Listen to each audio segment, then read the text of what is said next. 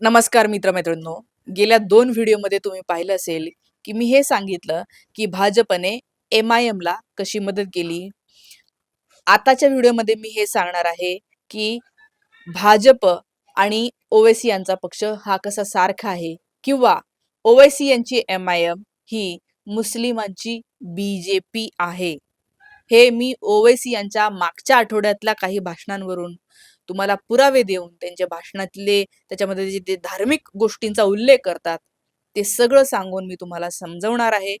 याशिवाय मला हे सांगायचं आहे, की अनेक लोकांनी हे सुद्धा मान्य केलंय, की हो मदत मिळतेय, मिळाली तर मग काय झालं? तर मग काय झालं? काय प्रॉब्लेम आहे? हे पण आपण समजून घेऊया. तर हे बघा मित्र-मैत्रिणींनो, आताच्या महानगरपालिकेच्या निवडणुका झाल्या. या निवडणुकामध्ये एम-आय-एम या पक्षाला महाराष्ट्रभरामध्ये 120 जागी विजय मिळाला. 120 नगरसेवक जिंकून आले. हे 120 नगरसेवक जिंकून आल्याच्या नंतर अनेक ठिकाणी ज्या चर्चा होत्या, जी पुरावे सापडले, विजयी मिरवणुका दिसल्या, ज्याच्यामध्ये एम-आय-एमचे कॅन्डिडेट जिंकले आणि जल्लोषामध्ये भाजपचे कार्यकर्ते सापडले. अर्धापूरचाच व्हिडिओ मी तुम्हाला काल दाखवला. याच्यावरनं काय कळतंय, की एम-आय-एम जिंकून यावी अशी भाजपच्या लोकांची इच्छा आहे. एम-आय-एम जिंकण्यासाठी यांच्याकडून इनडायरेक्टली पत्रकांसाठी, प्रचारासाठी, वेगवेगळे जे काही प्रचारासाठी गाड्या लागतात, या सगळ्या गोष्टींसाठी इकडून पैसा आलेला आहे एम-आय-एमला. आता ते काही कागदावर नसणार आहे, त्याच्यामुळे मी असं तुम्हाला त्यांचे कागद नाही दाखवता येत. पण विजयी जल्लोष दाखवता येतो. लोकांमध्ये चाललेल्या चर्चा दाखवता येतात. लोकं काय म्हणतायत हे सांगता येतं. आणि अ, म्हणजे मी परवाच्या दिवशी तर तिथंच होती नांदेडमध्ये, ज्या ठिकाणी ओवैसी आले होते. आणि मला माहित नव्हतं ते येणार आहे, पण एकदम असा घोळका आला, सायरन वाजायला लागलं आणि मी म्हटलं, "अरे काय झालं?" ते लाल दिव्याची गाडी. तर तिथून दिसलं की ओवैसी आलेले आहेत आणि खूप गलका जो आहे तो त्यांना सेकंड वगैरे करत होता. तर माझ्यासोबत काही लोकं होते. ते म्हटले की मुस्लिमच होते ते पण. ते म्हणले, "बीजेपी वाले लेके आते हैं इनको." हे काय आहे? आणि का घेऊन येते? तर भाजपला हिंदूंना आतापर्यंत ते भीती दाखवत होते. सुरुवातीच्या काळात हिंदू घाबरले पण. म्हणून भाजपला मतदान केलं. आता मधल्या काळामध्ये हिंदूंना कळलं की अरे हे रोजगार देत नाहीये, आरोग्य, शिक्षण, शाळा बंद करतायत, सगळं म्हणून वोटर्स हे भाजपपासून दूर चाललेले होते. आता हे दूर जातात म्हणून काय भीती कशी दाखवायची? तर हे बघा किती जिंकत आहेत हे दाखवायचं होतं. मग जिंकत आहेत कसे दाखवायचे? तर जिंकूनच दाखवायचे. आता जिंकून कसे दाखवतात? अनेकदा परवाच्या दिवशी मतमोजणीच्या वेळेला यांच्या पक्षाचे, यांच्या दोघांच्या पक्षाचे मोठे-मोठे लोकं, ज्यांचा वचक असतो अधिकाऱ्यांवर, आतमध्ये जाऊन काय करत होते? कसला फेरफार करत होते? काय दबाव आणत होते? हे प्रश्न तिथल्या लोकांनी विचारलेले आहेत. मोठे-मोठे साहेब लोकं आतमध्ये दिसलेले आहेत. ठीक आहे. आता ह्याच्यावरनं काय होतंय लक्षात येतंय, की भाजपने यांना जिंकू दिलं, जिंकण्यासाठी मदत केली, मतं जास्ती मिळवून म्हणून मदत केली. जेणेकरून काय यांचा आकडा असा जसा-जसा मोठा दिसेल तसं भाजपला आपल्या सगळ्या लोकांना, भारतातल्या लोकांना भीती दाखवता येईल, की बघा, एम-आय-एम एवढं जिंकत आहे, किती डेंजर आहे, बघा, मुस्लिमांचं आपल्याला किती मोठं संकट आहे, किती मोठा धोका आहे आणि म्हणून काय करा तुम्ही भाजपला मतदान करा.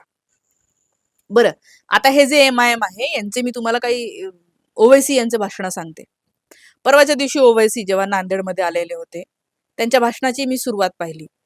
एक कुराणमधलं काहीतरी ते आयता म्हणतात सुरुवातीला. त्यांनी सुरुवात होते. शेवट कशाने होतो? नाराए तकबीर अल्लाहू अकबर. अपनी पार्टी को कामयाब करिए, मेरे साथ नारा लगाइए, नारे तकबीर, नारे तकबीर। भाषणाची लिंक देते मी, जाऊन बघा. सुरुवात आणि शेवट. आता तुम्ही इलेक्शनचा प्रचार करायला आले की नाही? इलेक्शनला तुम्ही मस्जिदीमध्ये गेलेले आहेत का? कुठल्या धार्मिक कार्यक्रमामध्ये गेलेले आहेत का? तिथे असा देवाचा नारा द्यायला? नाही. तुम्ही प्रचार करताय. तुम्हाला लोकप्रतिनिधी व्हायचंय. तुम्ही लोकप्रतिनिधी निवडून देण्यासाठी प्रचार करताय. तुम्ही मुस्लिम धार्मिक प्रतिनिधी, हिंदू धार्मिक प्रतिनिधीसाठी प्रचार नाही करत. आपलं संविधान सांगतं की लोकप्रतिनिधी सेक्युलर असेल, कारण आपला देश सेक्युलर आहे. आपलं संविधान बाबासाहेब आंबेडकरांनी दिलेलं हे सेक्युलर आहे. कोणत्याही धर्मावरून, कुणालाही लिंगावरून भेदभाव करू नये असं संविधान म्हणतं. मग जेव्हा ओवैसी हे नारा देतात, तेव्हा ओवैसी आपोआप त्या प्रभागामध्ये राहणाऱ्या हिंदूंना वगळतात, ख्रिश्चनांना वगळतात, बाकी कोणत्या बुद्धिस्ट लोक आहेत त्यांना वगळतात.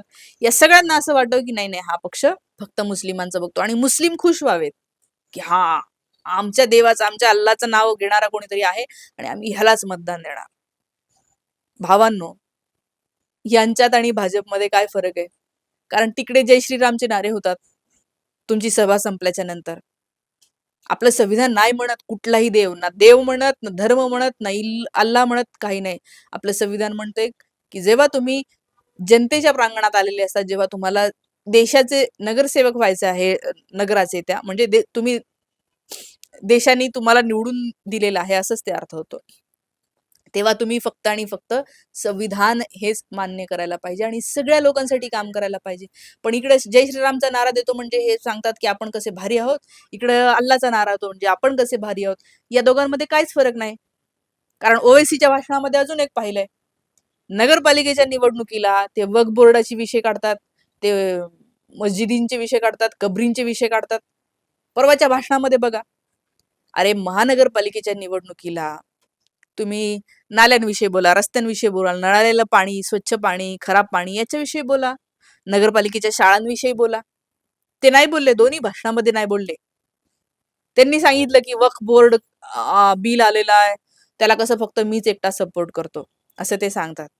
मग मुस्लिमांना वाटते की हाच एक पक्ष आहे की जो आपल्याला सपोर्ट करतोय. पण ते चुकीचं बोलतात. कारण वक्फ बिल आलं, त्याला विरोध किती लोकांनी केलाय? अपोजिशन मध्ये मतं पडली 132. पण लोकसभेमध्ये, संसदेमध्ये फक्त 26 मुस्लिम कॅन्डिडेट आहे.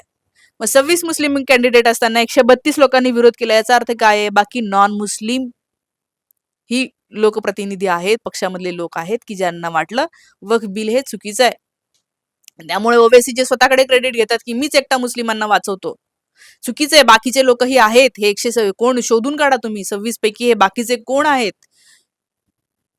102, 104 लोक की ज्यांनी वक्फ बिलाच्या त्या विरोधात मतदान केलंय.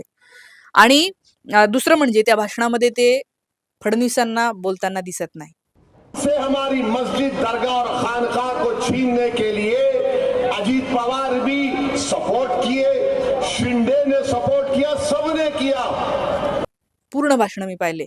ते म्हणतात शिंदे, पवार और मोदी हे लोक मुस्लिमांसाठी चांगले नाही. शिंदे, पवार, मोदी हे दोन्ही भाषणामध्ये कॉमन होतं 3-4 वेळा. का बाबा? जर शिंदे पवार म्हणत असाल म्हणजे एकनाथ शिंदे, अजित पवार, तर देवेंद्र फडणवीसांचं नाव घ्या ना तुम्ही. का नाही घेत? म्हणजे लोक म्हणत होते की हे प्रचाराला नांदेडमध्ये जे आलेले आहेत किंवा इतर ठिकाणी गेलेत त्यांना भाजप पाठवतं. म्हणजे कोण? महाराष्ट्र भाजप. म्हणजे कोण? महाराष्ट्रात कोण आहे सगळ्यात वर? म्हणून त्यांचं नाव घेत नाही का? फडणवीसांचं नाव का नाही घेत? आणि म्हणून मग तुम्ही इनडायरेक्टली सपोर्ट करताय छुप्या पद्धतीने. हे मुस्लिमांना इमोशनल करतात. खरं तर मुस्लिमांच्या त्यांनी हक्कांविषयी बोलायला पाहिजे. कुठले हक्क? रोजगाराचा हक्क, शिक्षणाचा हक्क, शाळा बंद होत आहेत त्याच्यावर बोलायला पाहिजे. हे यांच्या भाषणामध्ये मुद्दे काय असतात? वो मस्जिद गिरा दिया, हे केलेलं आहे, ते केलेलं आहे. का हो, तुम्ही सगळ्यांचे प्रतिनिधी आहात ना, बाकी पक्षातले. आता उद्धव ठाकरे हे काय मंदिरांविषयी बोलतात फक्त का मस्जिदीविषयी बोलतात का? काँग्रेसमधले बघा, आरजेडी मधले बघा, समाजवादी पार्टी मधले बघा, हे सगळ्यांविषयी बोलतात. आणि तेच खरोखर आज मी तुम्हाला सांगते आपल्या देशातल्या प्रत्येक हिंदूला आणि प्रत्येक मुस्लिमाला न्याय देऊ शकेल तर हे सेक्युलर पक्ष देऊ शकतात. हे दोन जे आहेत हे फक्त आणि फक्त तुम्हाला इमोशनल करत राहतील. आणि तुम्ही बघा आता अजून एक जे नांदेडमध्ये पसरवलं जाते किंवा बातम्यांमध्ये येते की MIM ने काही हिंदू कॅन्डिडेटला सुद्धा निवडून दिलेलं आहे, त्यांना उमेदवारी दिली होती. जे निवडून आले नांदेडचं उदाहरण देते, हे बघा हे नाव, या मॅडमचं नाव देतात ते. काय नाव आहे त्यांचं? आता हे एकदम व्यवस्थित बघा हा तुम्ही. धोंगडे अश्विनी दशरथ या उभ्या आहेत मॅडम 6 नंबरला. हा, आणि हे दाखवतात की बघा बघा हे कसे हिंदू कॅन्डिडेटला आम्ही मतदान केलं. नाही नाही, यांचे पती आहेत मोहम्मद इम्रान धोंगडे. हे कन्व्हर्टेड आहे, मुस्लिम मध्ये कन्व्हर्जन केलेले लोक आहेत हे. याचा अर्थ काय आहे? यांचं नाव असं दिसत असलं, कपाळाला टिकली दिसत असली तरीही त्यांनी तुम्हाला उमेदवारी हे तुम्ही मुस्लिम नाहीये म्हणून नाही दिलेली आहे. आणि हे जे पसरवलं जातं या ठिकाणी बघा, ही महिला असून सुद्धा प्रचाराच्या वेळेला चेहरा त्यांनी कोणाचा ठेवलाय, विनर कोण, तर नवरा विनर आहे असं दाखवलंय इमेज मध्ये, नवरा विनर झालेला आहे असं दाखवत आहेत. लढली होती बाई, हा अश्विनी बाई लढली होती, विनर झालाय हा असं दाखवत आहेत. याचा अर्थ काय, तुमचे हेतू चांगले दिसत नाहीत. आणि म्हणून मी सांगते की हे जे काही आहे हे वाढवणं, हे सगळं परवाच्या मी तुम्हाला दाखवलं विजय मिरवणुकीमध्ये हे कसे नाचत होते. आणि त्यामुळे हे जरी वाढलेले असले तरी बरेच लोक म्हणतात की मुद्दामून त्यांना वाढू दिलेलं आहे, जेणेकरून मुस्लिमांना भारी वाटेल आणि मुस्लिमांना असं वाटेल की हा आता आपलंच राज्य येणार आहे, आणि हिंदूंना असं वाटेल की अरे बापरे हे एवढे वाढले, चला चला आता आपल्याला तलवारी घ्यावं लागणार आहे. असं करत या देशामध्ये अराजकता निर्माण होऊ शकते. आणि भाजपला त्यांनी फायदा होतो की हिंदूंना असं वाटणं की अरे बापरे मुस्लिमाचा केवढा मोठा धोका आहे, एवढे वाढलेले आहे, म्हणून त्यांचा आकडा जेवढा मोठा तेवढा भाजपला फायदा होतो. कारण की हे तेवढेच उकसवू शकतात तुम्हाला. तुमच्या व्हॉट्सअपला येणं सुरू झालं असेल, बघा बघा यांचे एवढे आले म्हणजे मुस्लिमांचा धोका खरा आहे.